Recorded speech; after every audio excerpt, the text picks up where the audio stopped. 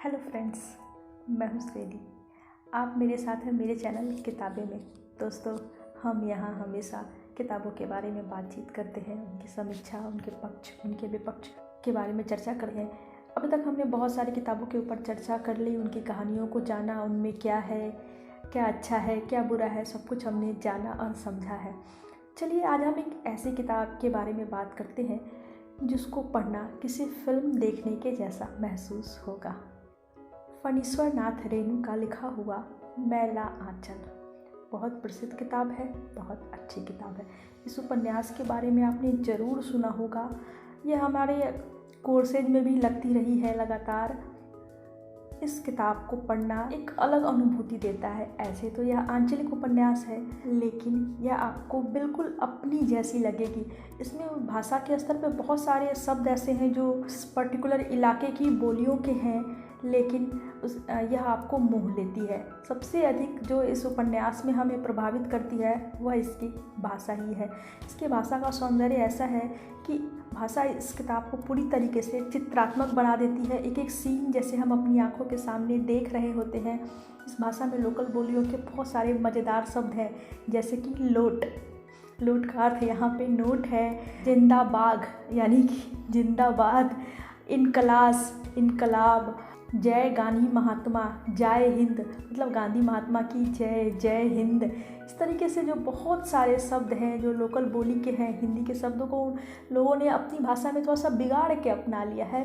तो ये सारे शब्द सहज रूप से उपन्यास में आते हैं और भाषा जो है इसकी उसका सौंदर्य दुगनित कर देते हैं। इसके अलावा इसकी और एक यूएसपी है, वह है इसमें जो गीत आए हैं, लोकल गीत बिल्कुल उन्हीं की बोली में आए हैं जैसे ग्रामीण गाते हैं, लय और ताल के साथ, तक धिना धिन धिन डिम डिम डिमका।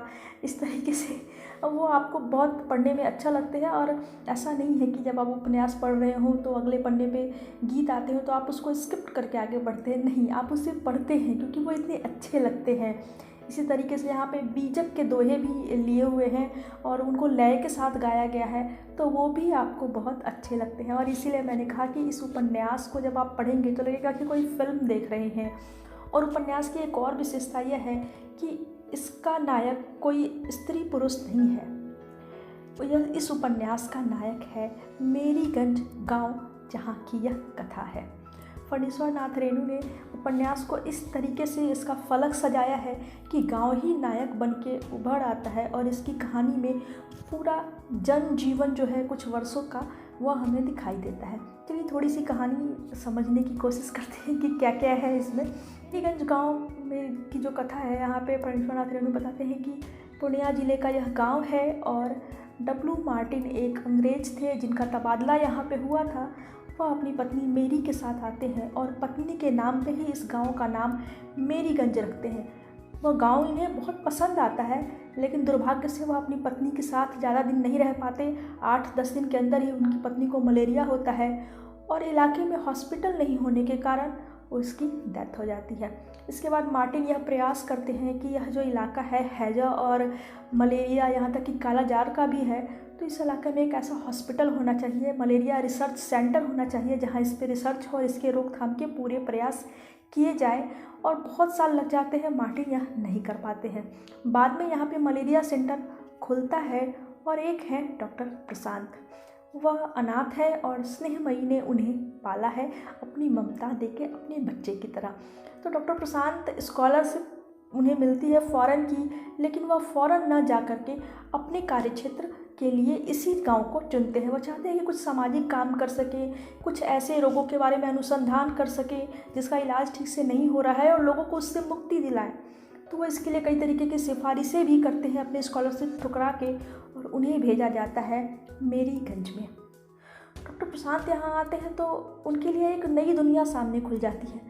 गांव के लोग सीधे भी लगते हैं, कभी कभी उन्हें तेज लगते हैं, कभी उन्हें बेवकूफ़ लगते हैं, कभी उन्हें ज़बरदस्त रूप से अंधविश्वासी समझ में आते हैं। गांव वाले सबसे पहले तो उनसे इलाज ही नहीं कराना चाहते हैं, क्योंकि उन्हें लगता है डॉक्टर तो दवा के रूप में ऐसी चीज़ें देता है जिससे बीमारियां बढ़ जाती हैं। कुएं में हैजे की दवाई डालने से वो मना करते हैं, क्योंकि उन लोगों का मानना होता है कि जो हैजे की दवा के नाम पे जो चीज़ डाली जाती है वो एक्चुअली हैजा फैलाने के लिए डाली जाती है। ऐसे ऐसे अंधविश्वास के से उनका सामना होता है। एक प्रेग्नेंट लेडी की मौत हो जाती है, लेकिन वे लोग उसे डॉक्टर के पास नहीं आने देते हैं कि पराये मर्द के सामने वह कैसे आएगी। तो इस तरीके की चीज़ों से उनका सामना होता है। वो अपनी एक फ्रेंड को पत्र लिखते हैं और बोलते हैं कि गांव के लोग बड़े भोले होते हैं, लेकिन अगर इनके भोलेपन से तुम्हारा तात्पर्य यह है कि ये बहुत सीधे हैं, तो समझ लो कि तुम्हारे और मेरे जैसे लोगों को ये दिन में 10 बार ठग सकते हैं। तो उनका कहने का तात्पर्य यह होता है कि लोग प्रैक्टिकल हैं, व्यवहारिक हैं, लेकिन भोले भी हैं। डॉक्टर अपने कंपाउंडर प्यारू के साथ धीरे धीरे यहाँ जम रहे होते हैं। कोशिश करते हैं कि लोगों के बीच वो प्यार और स्नेह के साथ उन्हें अपनाएं। लोगों के बीच वो इसलिए बार बार जाते भी हैं कि लोग उन्हें अपनाएं और उसके बाद उन पर भरोसा करके इलाज करवाने आएँ।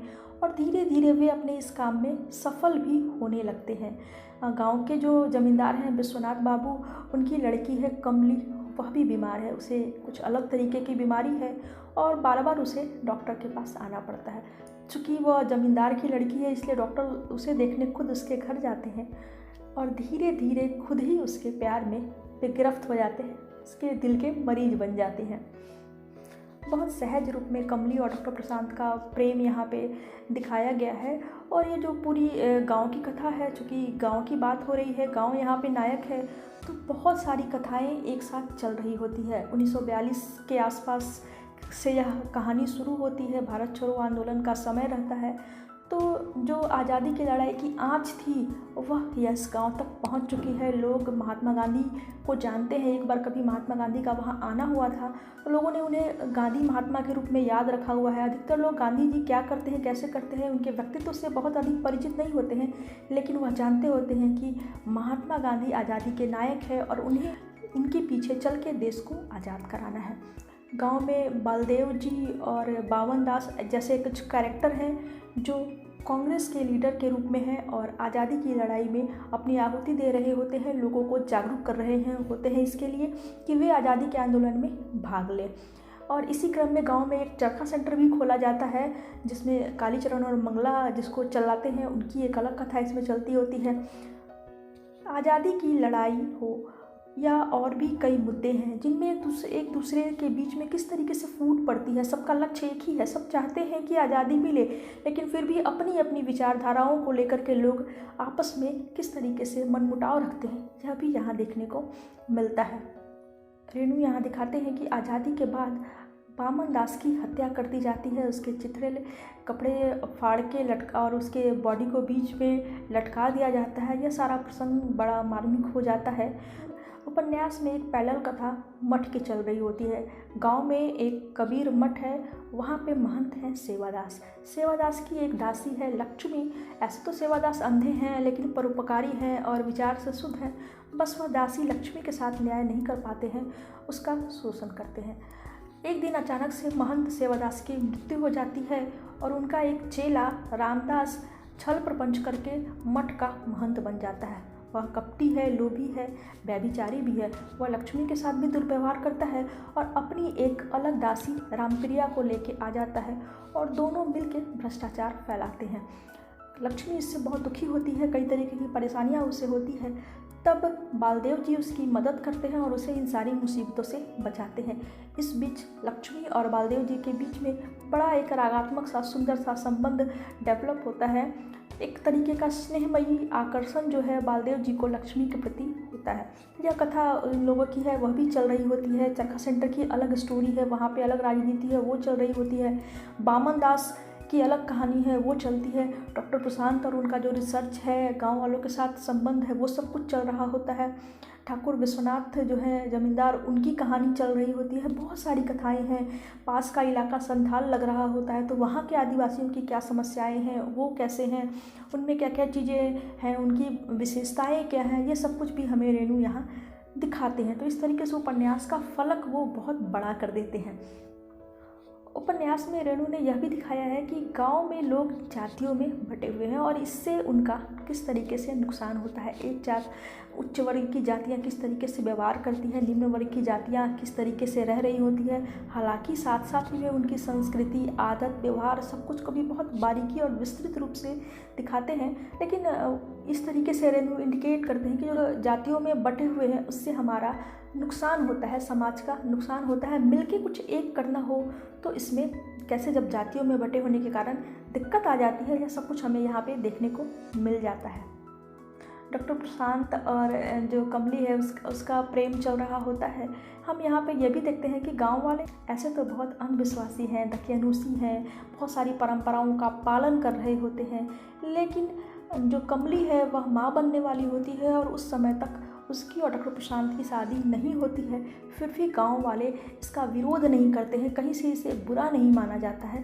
उपन्यास के अंत में डॉक्टर प्रशांत और कमली का विवाह हो जाता है। यह उपन्यास एक सुखद अंत में तो आता है, लेकिन बहुत सारे प्रश्न जो हैं, जैसे जातिवाद को लेकर के है, भारत की आज़ादी के बीच हमने क्या कुछ खो दिया, आज़ादी के लिए हमारे जो मूल्य थे वो क्या थे, हम क्या पाना चाह रहे थे और आज़ादी के बाद क्या कुछ हमें मिला और इसके बीच हमारा क्या सब कुछ खो गया, यहाँ भी रेनू इन सारी बातों का इंडिकेशन हमें दे के रखते हैं। और ये जो पूरा उपन्यास है, मैंने तो छोटा सा एक अंश आपको सुनाया, छोटी सी समरी दी है, लेकिन जब आप पूरा उपन्यास पढ़ेंगे तो आपको सचमुच बहुत अच्छा लगेगा। यह उपन्यास ऐसा है कि इसकी समीक्षा सुन के आप इसे छोड़ नहीं सकते हैं, आपको यह जरूर पढ़नी चाहिए। आप इस उपन्यास को पढ़ें और फिर मुझे बताएं कि सचमुच ये आपको कैसी लगी। Bye bye.